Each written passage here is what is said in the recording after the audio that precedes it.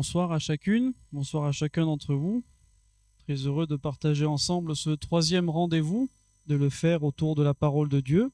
On va poursuivre nos réflexions dans cette thématique en communion de prière et notamment dans le livre des Actes des Apôtres particulièrement. Lundi, nous avons eu l'occasion à travers le chapitre 1er du livre des Actes de voir la communion qui saisit la promesse, à travers les chapitres 1 et 2. Et puis hier, nous avons eu l'occasion de voir dans l'épisode du boiteux du temple, voir la communion qui relève. Et puis aujourd'hui, nous allons voir quelques versets qui se trouvent au chapitre 4 du livre des Actes. Et puis nous ferons la lecture à partir du verset 16.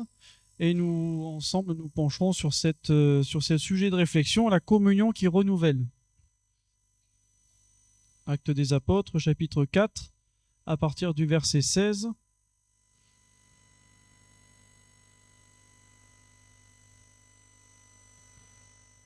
Voilà ce qu'on peut lire dans la Bible.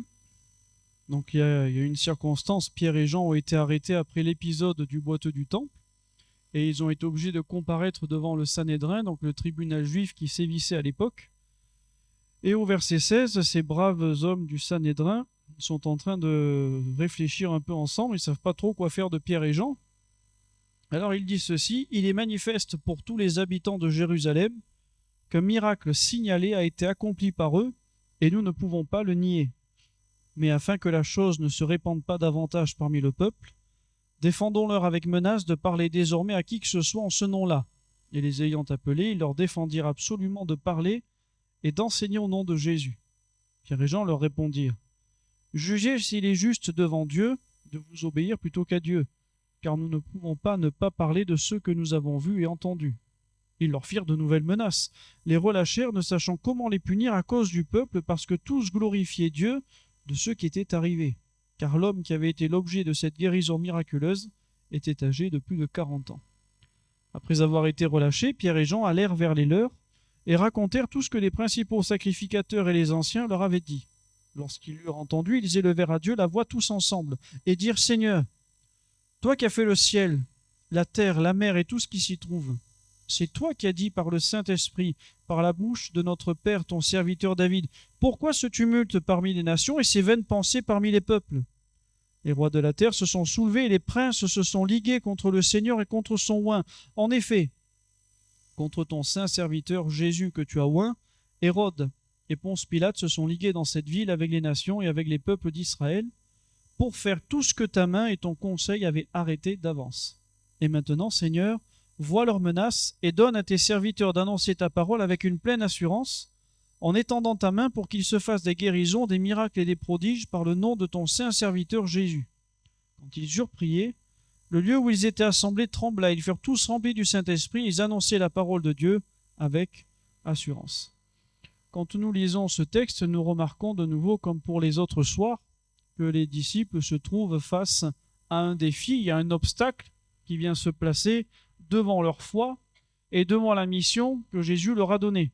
Jésus leur a dit au chapitre 1er, verset 8, « Vous recevrez une puissance, le Saint-Esprit survenant sur vous, et vous serez mes témoins à Jérusalem, dans toute la Judée, dans la Samarie, et jusqu'aux extrémités de la terre. » Alors nous allons voir ensemble ce soir très simplement comment la solidarité va leur permettre de prendre des forces dans la prière, et nous verrons comment la parole de Dieu dans la communion de prière nous permet non seulement d'être encouragés, mais en plus de vivre en conformité avec notre prière. Si on regarde le défi, premièrement, de ce que nous est présenté dans ce texte, voyons versets 17 et 18 qu'il y a une décision qui est prise. Le Sanhédrin, la plus haute autorité religieuse en Israël, pas n'importe qui, puisqu'ils ont fait pression auprès de Ponce Pilate pour faire crucifier Jésus.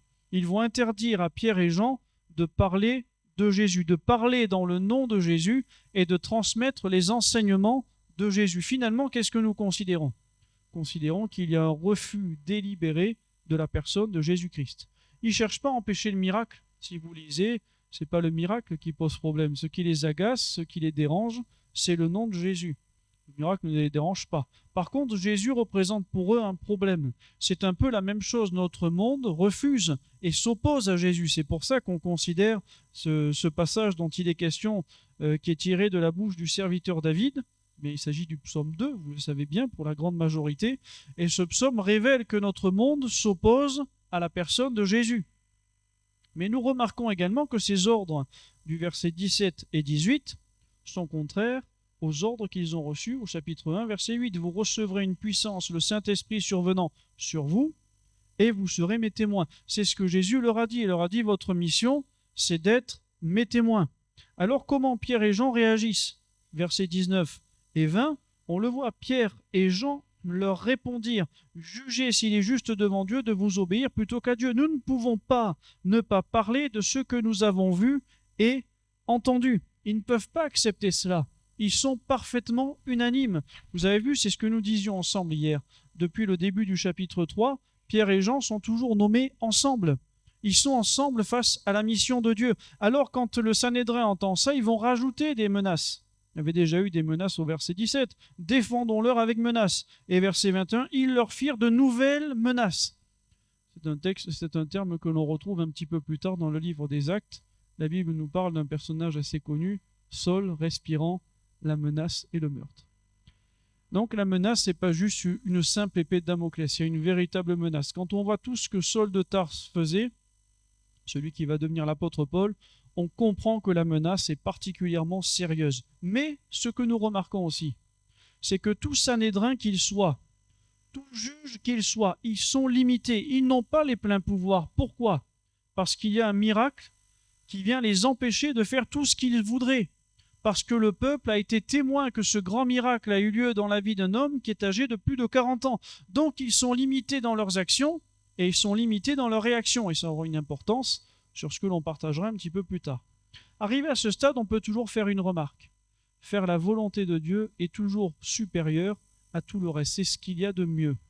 Il n'y a rien de meilleur. C'est le meilleur chemin à suivre, même si des défis se présentent. Qu'est-ce qu'ils ont choisi, Pierre et Jean? Ils sont unanimes, ils sont ensemble, ils ont choisi d'être avec Christ. C'est leur choix. Ils ont choisi d'être tout entiers à Jésus. Et je remarque une œuvre et un travail du Saint-Esprit extraordinaire dans leur cœur et dans leur vie pour arriver à ce stade. Il y a un travail du Saint-Esprit qui est particulièrement glorieux. Pourquoi je dis ça? Parce que dans ce texte, dans ce verset du chapitre 1, verset 8, vous recevrez une puissance, le Saint-Esprit survenant sur vous et vous serez mes témoins.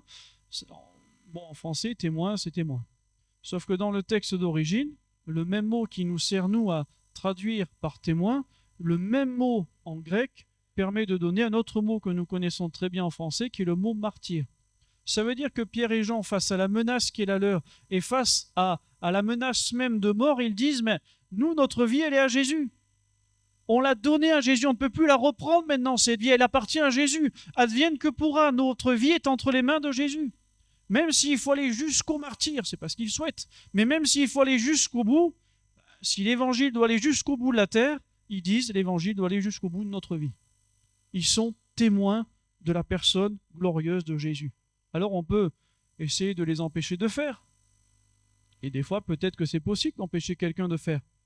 Si vous mettez quelqu'un en prison, il y a des choses qu'il ne pourra plus faire. Mais même si vous prenez quelqu'un et que vous le mettez en prison, vous ne pouvez pas l'empêcher d'être. Donc on en revient à ce que nous disions, vous recevrez une puissance, le Saint-Esprit survenant sur vous et vous serez. Ça veut dire que quelle que soit la problématique qui est face à nous, quel que soit le défi qui se présenterait face à nous, on peut nous empêcher. Certaines choses peuvent nous empêcher de faire. Dans la maladie, on ne peut plus faire ce que l'on faisait avant. Que ce soit dans la maison, que ce soit également pour le Seigneur. Il y a un temps, finalement, où on est obligé d'être à l'écoute de Dieu en disant, Seigneur, qu'est-ce que tu vas faire de ma vie? Mais au-delà de ça, quelle que soit la maladie, quelles que soient les oppositions, quelles que soient les menaces, quel que soit tout ce qui se présente. Et c'est ça qui est glorieux, c'est que personne ne peut nous empêcher d'être ce que Jésus a fait de nous. Ce que Jésus a fait de nous par le Saint-Esprit. Alors, comment est-ce qu'il faut agir? Ils ont su quand il y a eu l'ultimatum, quand on leur a dit qu'ils n'avaient pas le droit de parler de Jésus. Au verset 8, Pierre, rempli du Saint-Esprit, va leur dire, chef du peuple et ancien d'Israël.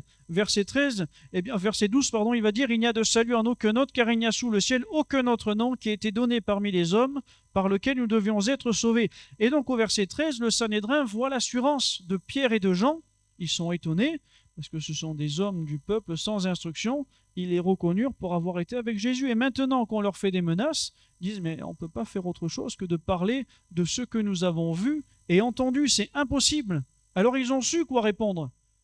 Ils savent quoi répondre, bien évidemment, parce que le Seigneur a promis. Il a dit que lorsqu'on serait mené devant les tribunaux, nous n'avons pas à nous en faire sur comment nous allons nous défendre. Le Saint-Esprit nous dira lui-même ce qu'il faut pour que nous puissions assurer notre défense à l'heure même.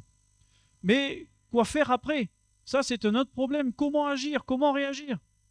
Alors, si le défi est présent, nous remarquons que la communion de prière, c'est un obstacle qui s'oppose aux menaces. S'il y a des menaces, il y a quelque chose de plus grand que les menaces. Et la communion de prière est plus grand que la menace. On le voit au verset 23. Pierre et Jean ont été relâchés. Qu'est-ce qu'ils ont fait après avoir été relâchés? Vous avez vu, ils n'ont pas été se prendre un café au bar. Ils sont allés vers les leurs. C'est important parce qu'on aurait très bien pu marquer qu'ils sont allés dans la chambre haute, ou dans une synagogue, ou dans une maison. Remarquons que ce n'est pas l'endroit qui est important à ce stade, ce sont les leurs. Ça veut dire que l'endroit n'est jamais plus que ceux qui sont présents dans le lieu. La salle, elle est très bien. Mais ce qui fait la valeur de cette salle, c'est qu'il y a les frères et sœurs à l'intérieur. C'est ça qui est important. Nous ne venons pas juste dans une salle. Lorsque nous venons retrouver Jésus, nous venons vers les nôtres. Ce n'est pas toujours évident de savoir quelle direction prendre, quelle décision prendre, lorsque nous sommes soumis à des difficultés comme celles que Pierre et Jean rencontrent. Mais nous avons la marche à suivre. Et la bonne direction, c'est quoi? C'est d'aller vers les leurs. Qu'est-ce que Pierre et Jean recherchent? Ils recherchent la communion. Ils étaient ensemble pour monter au temple à l'heure de la prière. Ils étaient ensemble pour relever le boiteux. Ils ont fait face à la situation du Sanhédrin ensemble. À chaque fois, ils sont nommés Pierre et Jean. Pierre de même que Jean. On comprend. Qu'est-ce que sont Pierre et Jean? Ce sont des apôtres que Jésus a appelés à son service. Des apôtres comme Jésus a appelé à son service, il y en a eu combien? Il y en a eu 12. C'est-à-dire qu'après, il y a eu d'autres apôtres, d'autres missionnaires. Mais il n'y a pas eu d'autres apôtres comme les 12 que Jésus a appelés. Jésus leur a communiqué un ministère particulier. Donc, d'une certaine manière, même si on ne va pas parler d'élite, ce sont des gens qui ont expérimenté dans la présence de Jésus des choses extraordinaires. Pourtant, qu'est-ce que ces gens qui ont été dans la présence de Jésus ont expérimenté? Ils ont expérimenté surtout la nécessité d'aller vers les leurs. Nous voyons à combien la communion est vitale.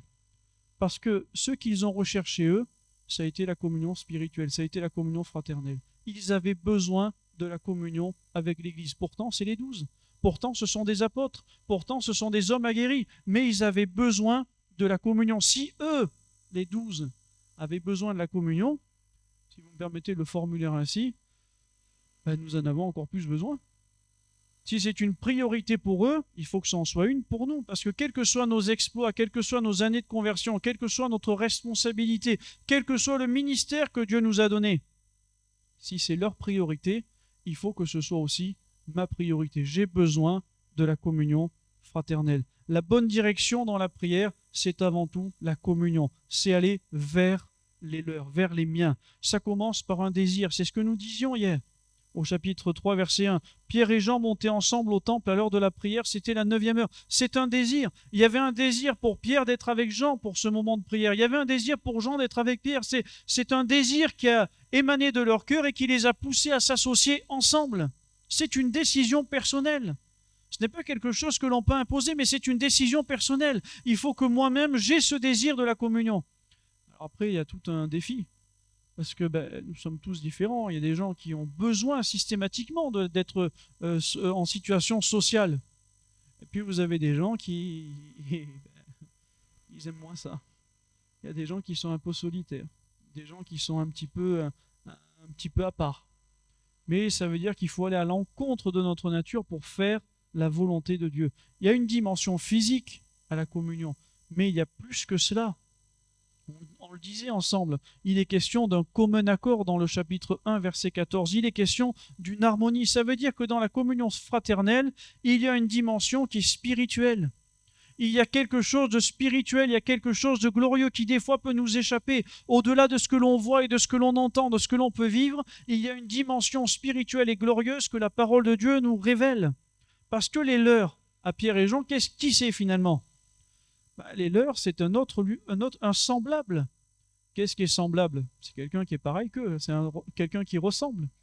Donc ça veut dire que c'est un autre moi-même. Comprenons que pour Pierre, que ce soit Jean ou l'Église, c'est pareil. Il ne dit pas Jean est plus important que l'Église. Les deux sont au même niveau parce que j'ai besoin de la communion, dira Pierre. Pour Jean, c'est exactement pareil, que ce soit Pierre ou un autre de l'Assemblée ou l'Église, c'est exactement pareil. Il n'y a pas de différence pour eux. Vous voyez cet amour-là, il n'y a que Dieu qui peut nous le communiquer parce que l'amour de Dieu ne fait exception de personne. Nous sommes des êtres humains, donc forcément, des fois, nous sommes pénibles. Peut-être pas tout le temps, mais parfois.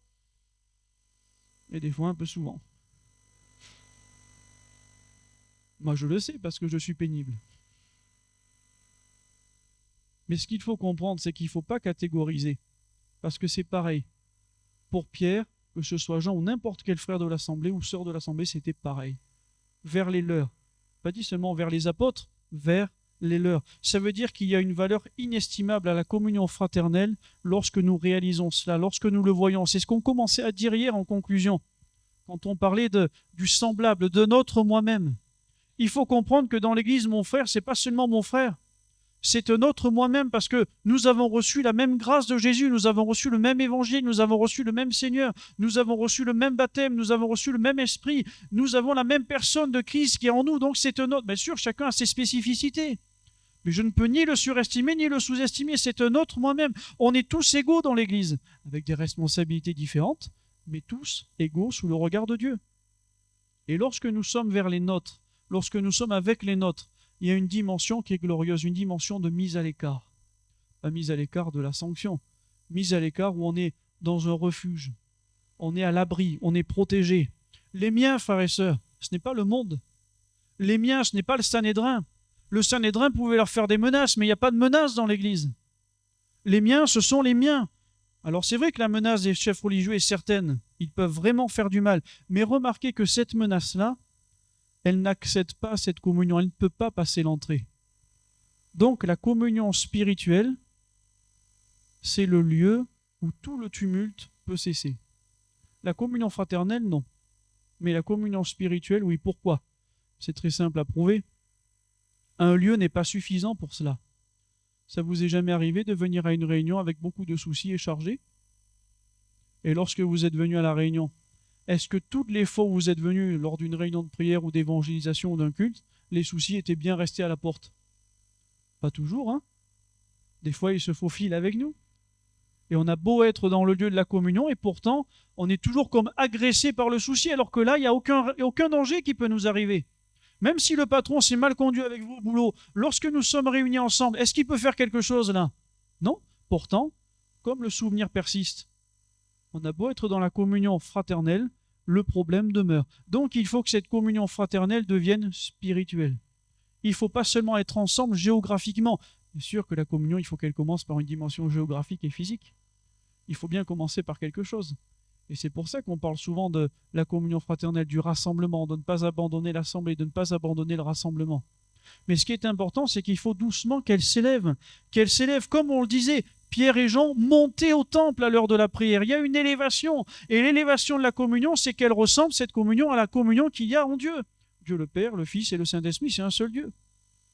Il y a plus qu'une dimension physique, il y a une dimension spirituelle. Et lorsque l'Église est un, lorsque nous sommes un, nous reflétons sur terre la communion qu'il y a dans le ciel, dans la personne même de Dieu. Donc j'ai besoin de la communion. Oui, j'ai besoin de la communion fraternelle. Oui, j'ai besoin de la sociabilité de l'Église, de mes frères, de mes sœurs. Mais j'ai besoin de la communion spirituelle. Parce que lorsque je vis dans l'esprit ce que c'est que d'être avec les miens, alors je suis dans une communion de foi, je suis à l'abri, loin de tous mes tumultes et de tous mes tracas. C'est là que Dieu va atteindre mon cœur, c'est là que Dieu va me rassurer, c'est là que Dieu va agir par son esprit, c'est là que Dieu va transformer mes pensées, c'est là que Dieu va transformer mon caractère. Mais tant que je retiens tout cela et que je me contente juste d'être présent physiquement, c'est normal que des fois il ne se passe rien. Il faut dépasser la simple dimension physique. Maintenant, la communion fait très bon ménage avec le partage. Regardez. Le verset 24 nous dit « Lorsqu'ils eurent entendu, ils élevèrent à Dieu la voix tous ensemble et dirent « Seigneur, toi qui as fait le ciel, la terre, la mer et tout ce qui s'y trouve. » Donc, qu'est-ce qu'ils ont fait? Ils ont été vers les leurs et ils ont partagé le souci qu'ils rencontraient. Donc, il y a eu un compte-rendu qui a été partagé à l'Église. Les défis sont partagés. Pour Pierre et Jean, les leurs, c'est qui? C'est l'Église. Mais pour l'Église, les leurs, c'est qui? C'est Pierre et Jean. Donc, il y a une appartenance réciproque. Ils s'appartiennent. Et c'est ce que la Bible dit, mes frères et sœurs. Par le sang de Jésus. C'est pas seulement un verset, c'est une réalité à vivre. Nous sommes devenus membres les uns des autres. De la même manière que dans le corps, les membres s'appartiennent les uns aux autres parce qu'ils appartiennent à un seul corps, nous appartenons à un seul corps qui est l'Église du Dieu vivant. Donc il y a une appartenance réciproque. Ça veut dire que les difficultés rencontrées par Pierre et Jean concernent qui? Elles concernent l'Église. Ce n'est pas juste les difficultés de Pierre et Jean, parce que ce sont les leurs. Ils sont tous concernés. Ça veut dire que si on attaque Pierre et Jean, on attaque aussi l'Église.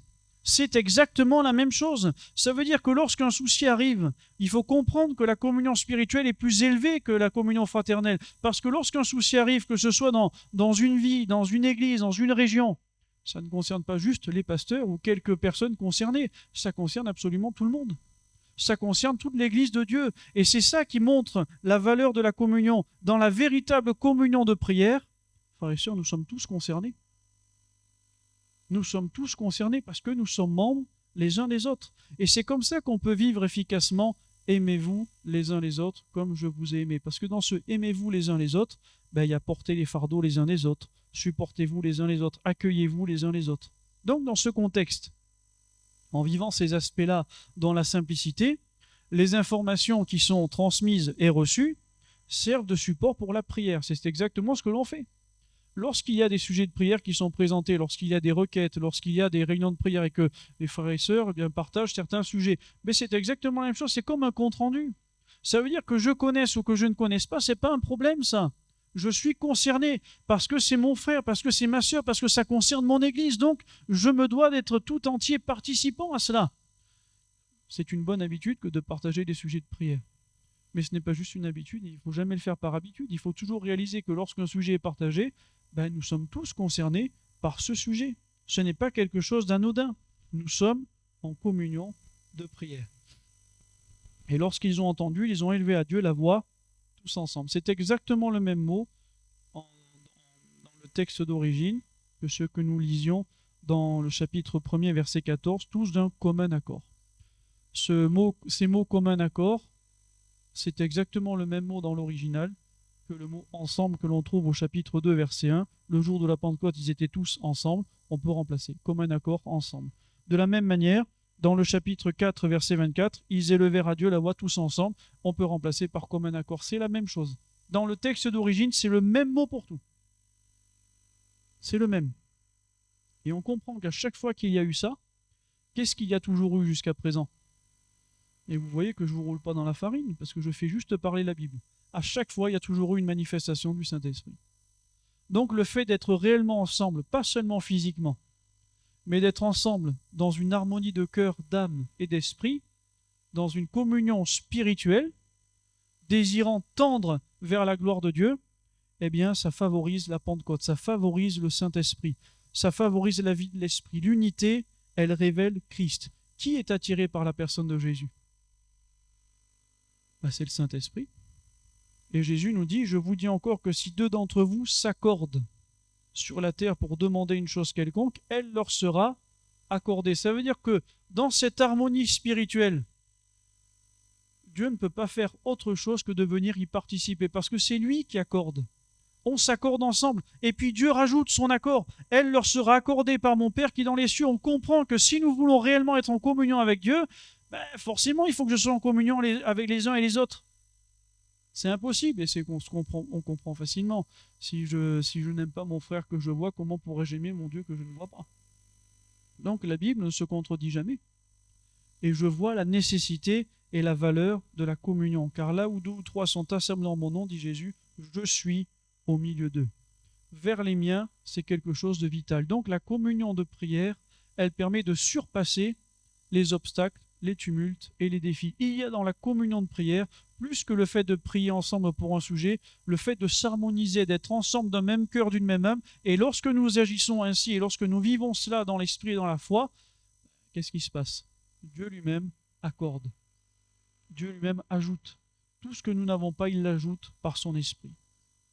Alors nous remarquons, à partir du verset 24-25, on remarque la place de la parole de Dieu, parce que dans la communion de prière, nous pouvons vivre la place de la parole de Dieu. Ils vont citer un passage, passage du psaume 2 d'ailleurs. Et c'est ce que l'on dit depuis le premier soir. Vous avez vu combien il maîtrise les enseignements de Jésus. C'est ce qu'on disait pour acte 1. Il maîtrise les enseignements de Jésus sur la prière. Et là maintenant, il maîtrise les enseignements de Jésus concernant la parole de Dieu, concernant le fait d'être conduit par l'Esprit dans la parole de Dieu. Vous savez que lorsque nous sommes en communion de prière, lorsque nous sommes ensemble, c'est un privilège extraordinaire que nous avons. Nous avons le privilège de pouvoir expérimenter l'enseignement de Jésus. Lorsque nous nous accordons ensemble, nous pouvons vivre les enseignements de Jésus. C'est sûr qu'on peut le faire aussi tout seul, j'en conviens. Mais il y a combien de bienfaits que nous pouvons recevoir encore davantage en étant ensemble, d'un même cœur et d'une même âme. Comment nous voyons-nous qu'ils maîtrisent l'enseignement de Jésus? Déjà parce qu'au verset 24, lorsqu'ils vont élever la voix tous ensemble, qui est cité en premier? Qui est le plus important? C'est le Seigneur. Ils disent Seigneur. Tout commence par le Seigneur. Qu'est-ce que Jésus a dit? Quand vous priez, dites notre Père. Donc tout commence par Dieu. Et ils font exactement la même chose. C'est le Seigneur. Alors après, ce qui est amusant d'une façon de parler, c'est que dans le texte d'origine, le mot Seigneur qui est employé, c'est un mot qui en français est très proche du mot despote. Je ne sais pas si le sens de despote, ça vous est plutôt positif ou négatif. En général, c'est négatif. En français, du moins, dans notre langue naturelle, c'est très négatif. Lorsqu'on dit de quelqu'un que c'est un despote, c'est vraiment pas bon signe. Mais il faut comprendre que dans l'original, ça veut simplement dire quelque chose que l'on comprend facilement. C'est celui qui a le pouvoir de s'assujettir toute chose.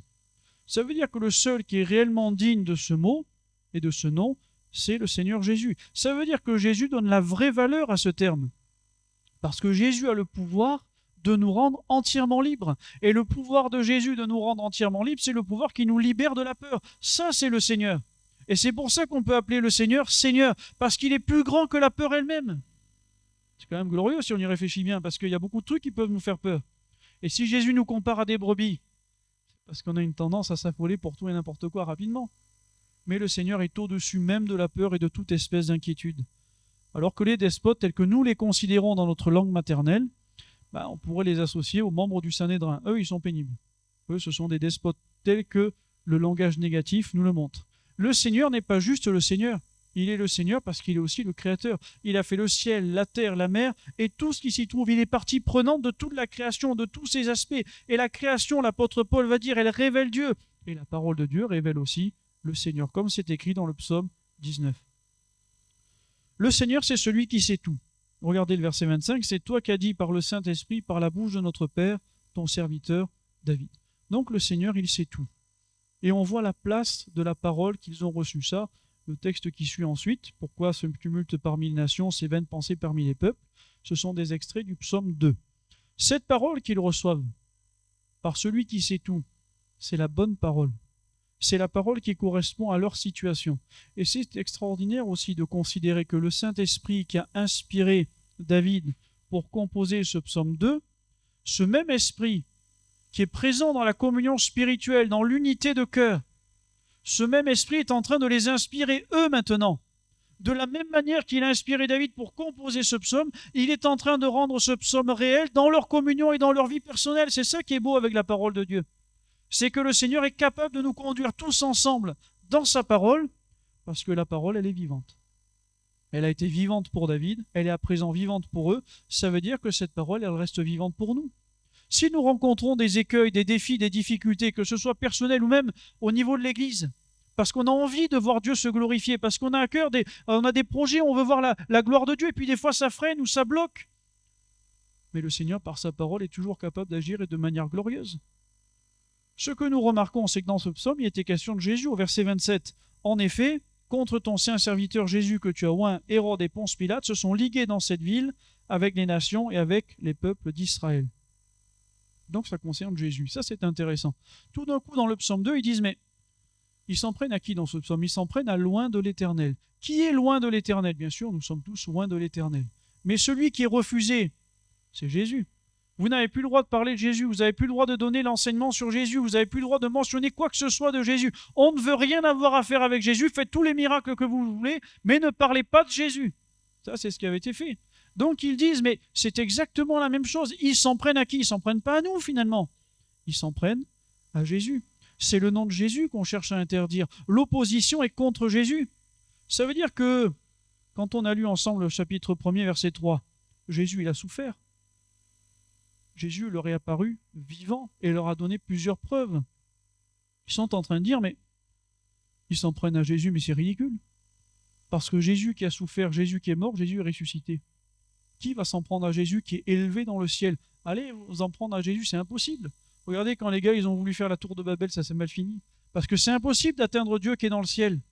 Par contre, heureusement, Dieu qui est au ciel, il peut atteindre les hommes. Heureusement. Mais c'est impossible de s'en prendre à Dieu parce qu'ils ne peuvent pas perdre. Ils disent, mais on ne peut pas perdre. Si on s'en prend à nous, on peut être perdant. Si on s'en prend à nous, on peut être intimidé. Mais c'est impossible et d'être perdant et d'être intimidé parce que ce n'est pas nous qu'on s'en prend, c'est à Jésus. À travers nous, finalement, ils veulent atteindre Jésus. Ce n'est pas possible d'atteindre Jésus.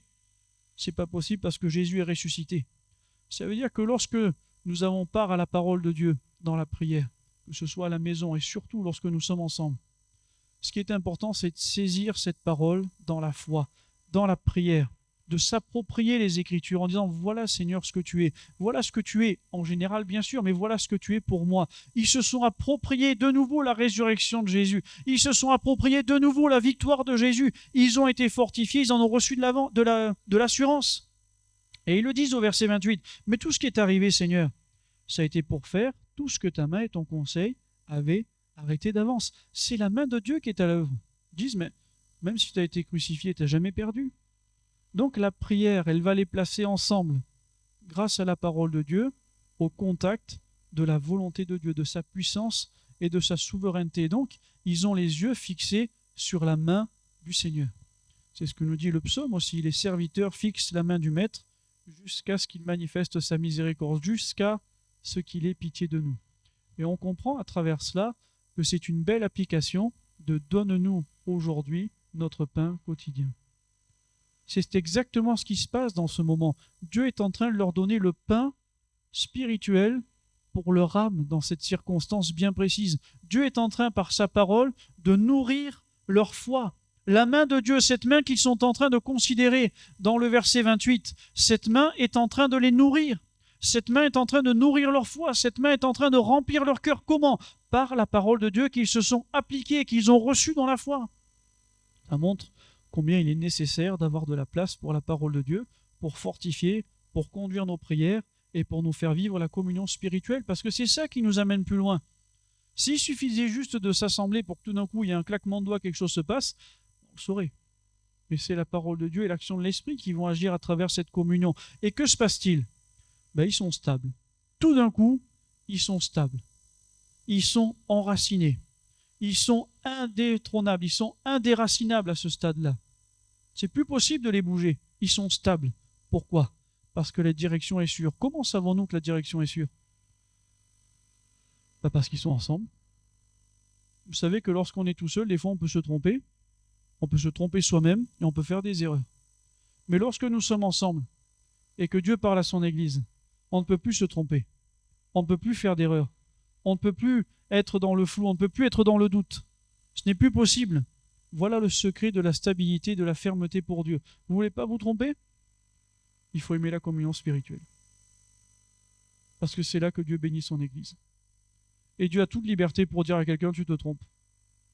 Parce que lui ne se trompe pas. Nous, on peut se tromper. Nous-mêmes ou les autres. Même si on ne fait pas exprès. Mais Dieu ne nous trompera jamais.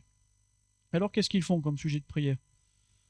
Versets 29 et 30. « Et maintenant, Seigneur, vois leurs menaces, donne à tes serviteurs d'annoncer ta parole avec une pleine assurance, en étendant ta main pour qu'ils se fassent des guérisons, des miracles et des prodiges par le nom de ton saint serviteur Jésus. » On voit la prière selon la volonté de Dieu. Et on dit « Seigneur, regarde les menaces. » Le Sanhédrin est en train d'essayer de freiner le travail. Leurs œuvres mauvaises au Sanhédrin sont présentées à Dieu. Vous avez vu comme Ézéchias a présenté la lettre de l'autre, Sanchérib, je crois. Bon, chacun un des deux, de toute façon. Donc il a présenté ça à Dieu, il a dit « Seigneur, regarde !» Bon, Dieu, il sait lire, il n'y avait pas besoin d'aller au temple pour lui montrer, mais c'est surtout pour y rechercher la communion avec Dieu. « Seigneur, regarde !» Et là, ils font pareil. « Seigneur, regarde !» Et puis ils prient « Donne d'annoncer ta parole. » Finalement, qu'est-ce qu'ils disent à Dieu? Ils disent « Seigneur, il y a une opposition violente contre ton évangile. Il y a une opposition violente contre tes serviteurs, parce que c'est toi qu'on essaie d'atteindre. On est face à un vent contraire, on est vraiment dans une situation compliquée. » Ils disent pas « Seigneur, donne-nous une porte de sortie. Il dit, Seigneur, donne-nous d'avancer. Et ça, c'est la foi. Comment en sommes-nous sûrs? Parce que c'est exactement ce que Pierre a dit lorsqu'il a vu Jésus marcher de nuit pour venir les rejoindre. Vous avez vu, quand Jésus marchait de nuit, ils ont cru que c'était un fantôme, ils ont crié. Et puis, Jésus a dit, n'ayez pas peur, c'est moi. Qu'est-ce qu'il a dit, Pierre? Seigneur, si c'est toi, ordonne. Pas que je me cache davantage dans la barque. Ordonne que je vienne à ta rencontre. Donne-moi d'avancer. Donne-moi de sortir de ma barque. Donne-moi de sortir de mon inquiétude. Donne-moi de sortir de ma crainte. Donne-moi de sortir de mes conditions. Donne-moi de sortir de ma compréhension des choses. Donne-moi de sortir de tout ce qui m'entrave pour que je puisse me diriger vers toi. Et il y a tellement de choses qui nous entravent. Mais la foi, elle dit, Seigneur, donne-moi d'avancer. Parce qu'avec Dieu, on pourra toujours avancer. Parce qu'il y a un objectif. L'évangile doit se répandre jusqu'où? Jusqu'aux extrémités de la terre. Ils ne peuvent pas s'arrêter dès le chapitre 4. C'est trop tôt. Donc, il dit ça, Seigneur, dans tous les cas de figure, si on te demande autre chose, tu vas nous dire quoi? Écoutez les gars, avance en pleine eau. C'est ce que Jésus aurait dit. Donc, plutôt que de te tenter de démarcher avec Dieu ou de commercer avec Dieu, il dit, Seigneur, je sais ce que tu attends, mais donne-moi d'atteindre le but. Vous savez qu'en vrai, c'est pas mal de faire ça.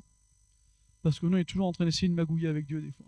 Il dit, Seigneur, j'ai pas trop envie de faire ça. Je sais que tu me dis ça, mais j'aimerais bien faire autrement. Pensez vraiment que Dieu va dire, allez-y?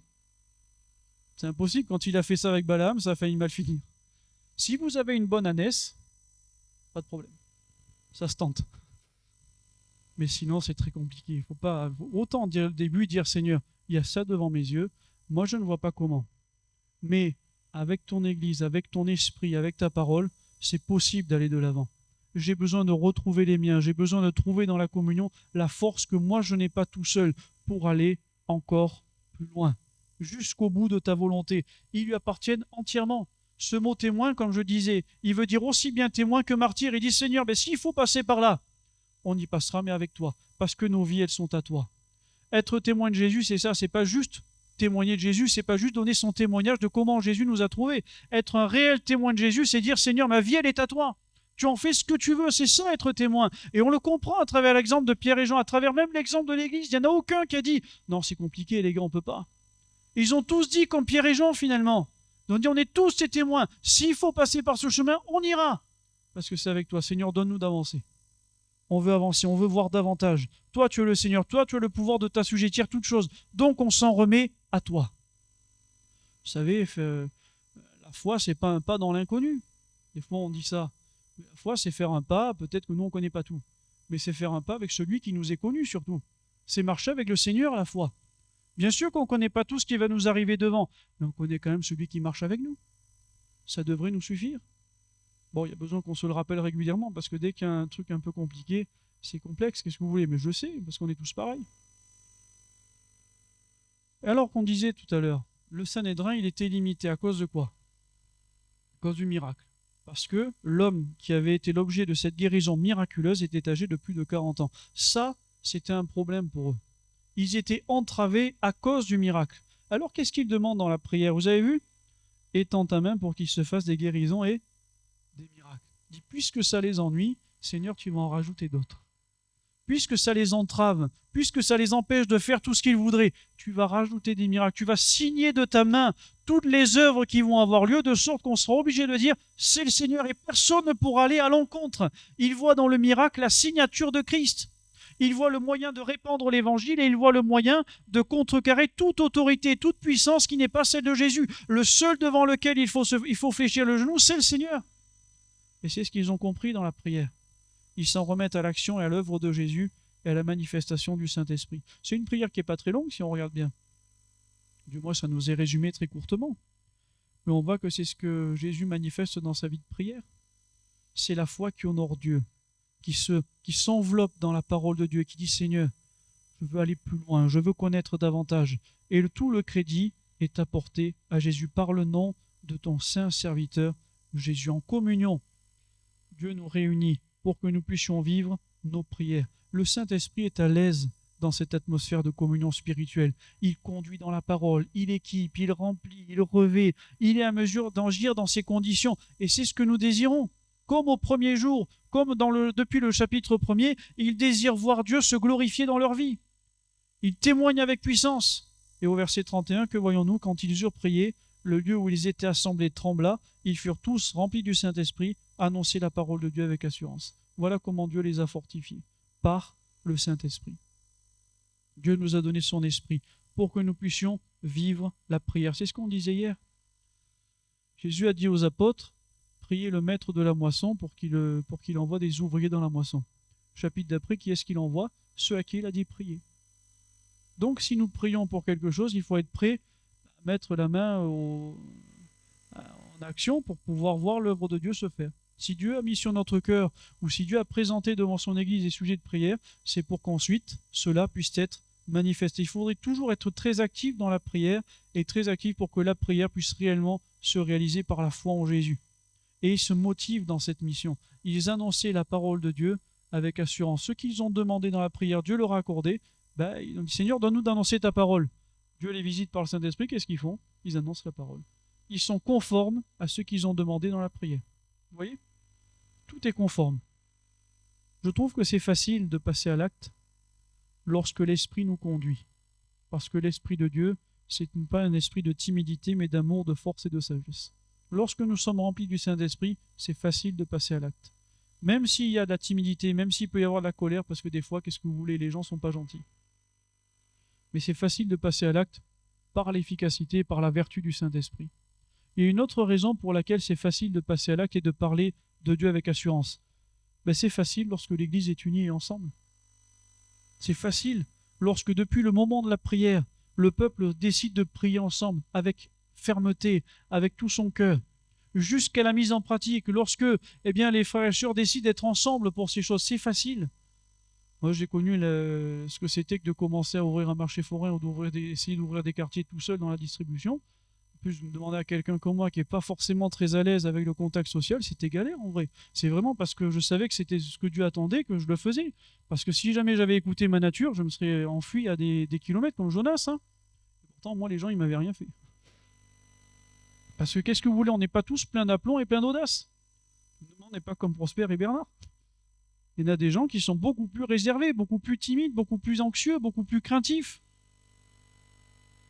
Mais j'ai vu aussi que tout d'un coup, quand ça commence et qu'après il y en a un autre qui se rajoute, un autre qui se rajoute, un autre, tout d'un coup on dirait que tout s'enfuit, tout disparaît. Parce que le fait de pouvoir compter les uns sur les autres, ça permet de savoir qu'il y a vraiment une harmonie, une solidarité qui permet ce travail. C'est quelque chose de très bien de prier pour cela, mais aussi de le faire également ensemble selon la disponibilité. Qu'est-ce que vous voulez, j'en conviens.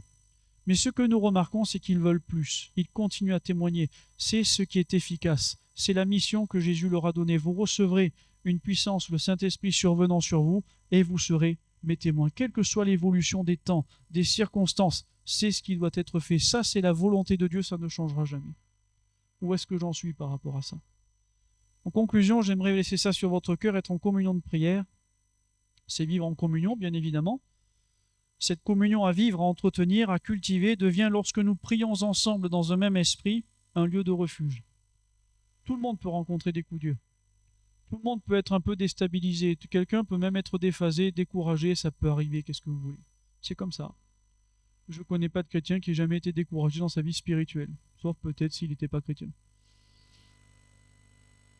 Ça se tient, hein? Si on n'aime pas Jésus, c'est normal de ne pas être inquiet de l'évangile.